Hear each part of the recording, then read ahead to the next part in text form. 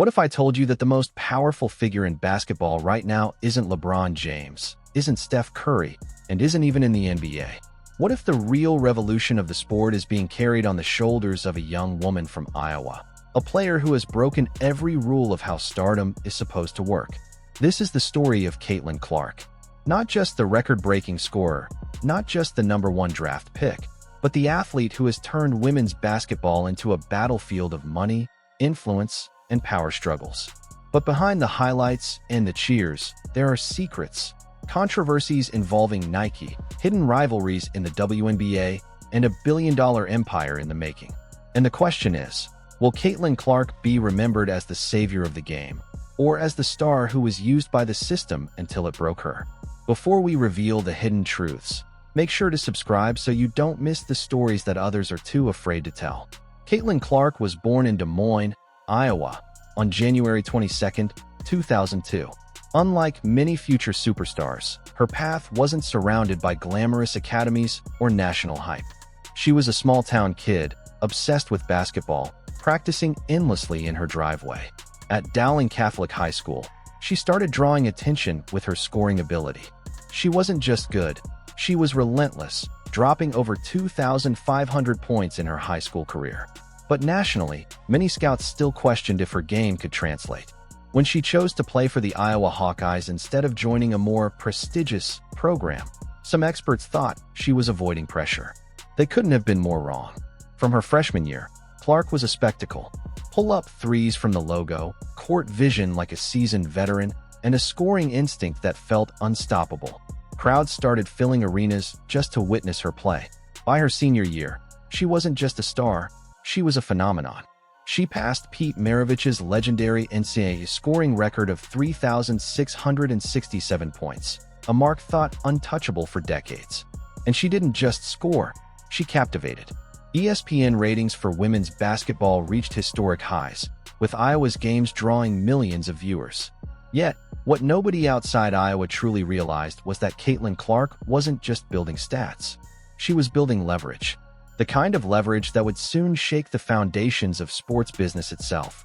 But while Caitlin was rewriting history on the court, a storm was forming off the court, one involving Nike, money, and a sneaker war that could change her career forever in 2021.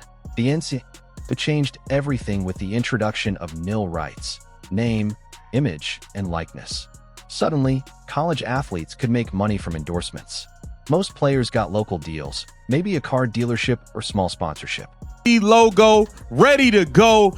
I need t-shirts, hats, pants, shoes, socks. I want it all. Brand new socks and drawers, and I'm balling every time I come and talk to you. Yeah, I want it all, CC.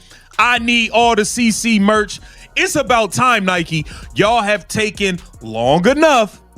It should not have taken this long for you guys to get this stuff together. I don't know what the holdup was. Actually, I do believe I know what the holdup was. Y'all didn't want a bunch of people hating and mad and all that. I know. I'm ready for this merch to drop. Cannot wait. The Caitlin Clark merch is going to be absolutely fire. The sneakers are going to be all. But Caitlin Clark wasn't most players. By 2023, her nil valuation had skyrocketed to over $3 million annually, making her one of the highest-earning college athletes in the United States, men or women. She signed with Nike. She appeared in Gatorade ads. State Farm put her in national commercials alongside NBA stars. Before even entering the WNBA, she had become one of the most marketable athletes in all of sports. Her business impact was so massive that economists noted an unusual phenomenon. Iowa City's local economy was booming during Hawkeyes games, with hotels and restaurants packed like it was football season. And here's where the story takes a darker turn.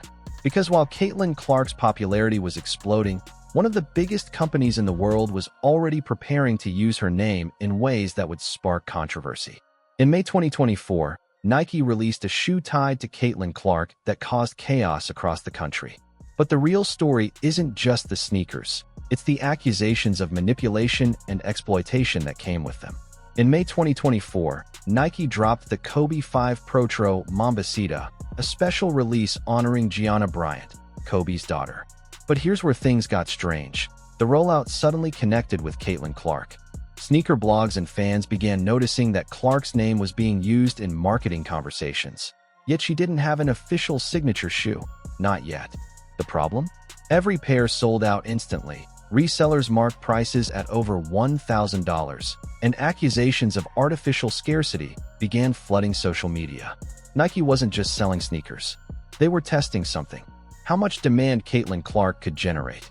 But instead of empowering her, critics claimed they were exploiting her fame without giving her the same respect they gave male athletes like LeBron James, Kevin Durant, or Kobe himself. This is where fans split in two. Some defended Clark, saying she was being positioned as the future face of Nike basketball. Others argued Nike was cashing in on her popularity without giving her the control she deserved. And for the first time in her career, Caitlin Clark found herself at the center of a culture war, one that had little to do with basketball and everything to do with power, gender, and money. But while Nike was playing chess with Caitlin Clark's image, there was another battle brewing, one inside the WNBA itself. A battle over her place in the league, and whether her rise was lifting women's basketball or dividing it. On April 15, 2024, the Indiana Fever used the #1 overall draft pick to select Caitlin Clark. It was no ordinary draft night. ESPN's coverage hit record ratings, and the WNBA experienced something unprecedented. Merchandise sales for the Fever skyrocketed before Clark even played a single game. Her debut against the Connecticut Sun was broadcast nationwide, pulling in viewership numbers higher than some NBA regular season games. On me, I do. I think I like it. I went to order a T-shirt and I can't get one. We're on that pre-order action, I guess. Comparison: this is the logo, the two CCs intertwined together. Somebody said it looked a lot like a 1950s airline logo, and I was like, I kind of see that. There's Breonna Stewart. For a league often struggling for visibility, Caitlin Clark was a miracle. But miracles come with complications. Veteran players, some with over a decade in the league, suddenly saw Clark receiving endorsement deals, national attention, and sponsorships that they never had access to. Behind the smiles and handshakes, tension was brewing. And it didn't take long for those tensions to explode. In her first months, Clark became one of the most fouled players in the league. Hard screens, flagrant hits, and debates over whether opponents were targeting her filled sports talk shows. Some framed it as jealousy. Others said it was simply welcome to the WNBA. But the bigger truth? Caitlin Clark had become a lightning rod. She wasn't just another rookie. She was the rookie who threatened to rewrite the entire hierarchy of women's basketball. And just when it seemed like the league was uniting behind her, another controversy hit: the question of race, favoritism, and whether Caitlin Clark's fame was truly about her game or about something much deeper. In the summer of 2024, the conversation shifted in a way that no PR team could control. Critics began asking, why did Caitlin Clark, a white athlete from Iowa, receive an avalanche of media coverage that stars like Aya Wilson, Breonna Stewart, or Nneka Ogwumike never did? Despite their dominance on the court, the debate went viral. Commentators accused networks of racial bias, claiming that Clark was positioned as the face of the league, not just because of her skills, but because she was easier to market to certain demographics. Meanwhile, her defenders fired back. Clark wasn't manufactured. She earned every headline by shattering records and pulling in unprecedented audiences. The truth, as always, was messy. Caitlin Clark's rise forced uncomfortable questions about media representation, equity in sports, and the business strategies shaping women's basketball. And through it all, Clark herself stayed quiet. She rarely responded directly to controversies, choosing instead to let her game do the talking. But silence, in an era of social media, only fueled more speculation.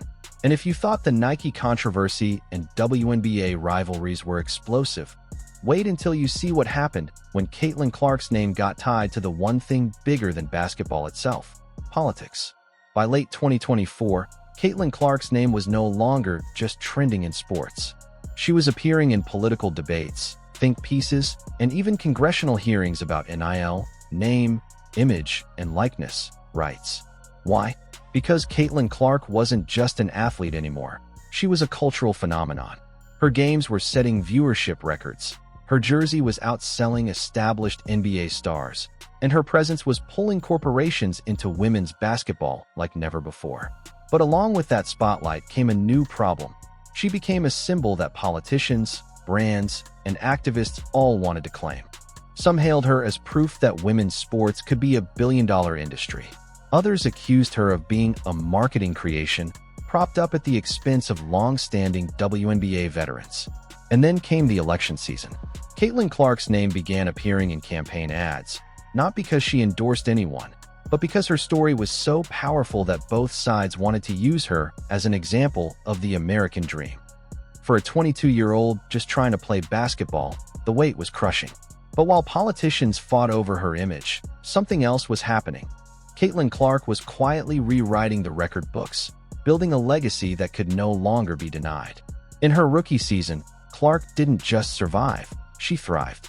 She became the fastest player in WNBA history to reach 500 points and 150 assists, smashing a milestone that once seemed untouchable.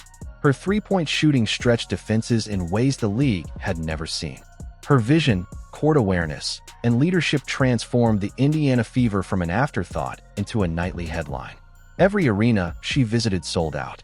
Opposing teams admitted they were moving games into larger venues just to accommodate Clark's draw. It was LeBron-level impact, something no women's player had ever generated before. And with every record she broke, the conversation shifted. She was no longer just a rookie, no longer just a controversial figure. She was becoming something greater, the player who might carry women's basketball into its golden age. But here's the hidden truth. Behind the records, behind the controversies, and behind the business empire, Caitlin Clark's rise reveals something far deeper about sports, society, and power itself. The truth is this: Caitlin Clark isn't just a basketball player. She's a mirror reflecting how we treat athletes based on gender, race, and marketability. A mirror exposing the business strategies of billion-dollar companies like Nike. And a mirror revealing how society chooses its heroes, not always by merit alone, but by the narratives we crave. Her story forces us to ask, why do we elevate certain athletes above others? Why do corporations decide who gets a platform? And most importantly, what does it mean for the next generation of players watching her every move? Caitlin Clark's rise is bigger than basketball.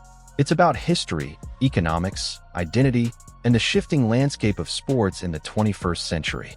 And whether you love her, hate her, or simply don't understand the hype, one fact remains undeniable. Caitlin Clark has already changed the game forever. And now I want to hear from you. Do you think Caitlin Clark is being unfairly targeted by media narratives? Or is she rightfully the face of the WNBA's future? Drop your thoughts in the comments. And don't forget to subscribe for more untold stories that reveal the real power behind sports.